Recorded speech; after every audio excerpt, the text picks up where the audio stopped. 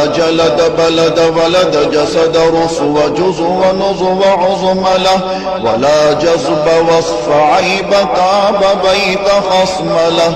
ولا مقارن له ولا مكاظم له ولا مداني له ولا مضارع له ولا مناظر له. ثم نشهد أن لا إله إلا الله وحده لا شريك له من يشرك في ذاته وصفاته وعاداته وآياته أو يتبرك بغيره من نبي وولي وتقي ونقي ونسيم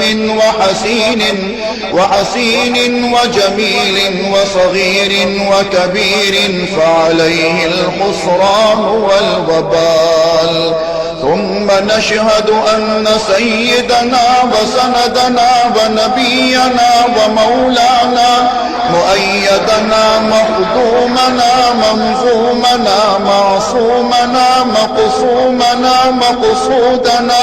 أجدر الخلق جديرنا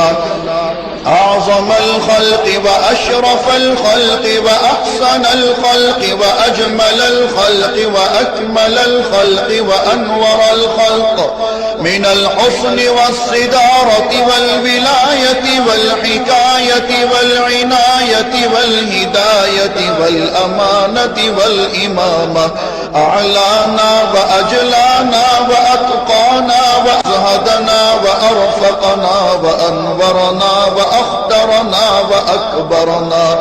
أحمر أنور أجدر أطفل أوسق أنور أجمل أكمل له. ثم نشهد أن حبيب ربنا وصمدنا محبوب جدلنا ونزلنا ووصلنا إيماننا مبين فرقاننا هذه سبيلنا رونق جدراننا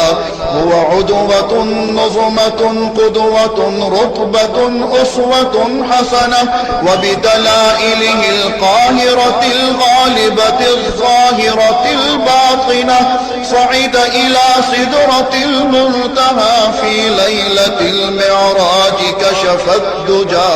ثم دنا ثم دنا ثم دنا فتدلى فكان قاب قوسين أو أدنى.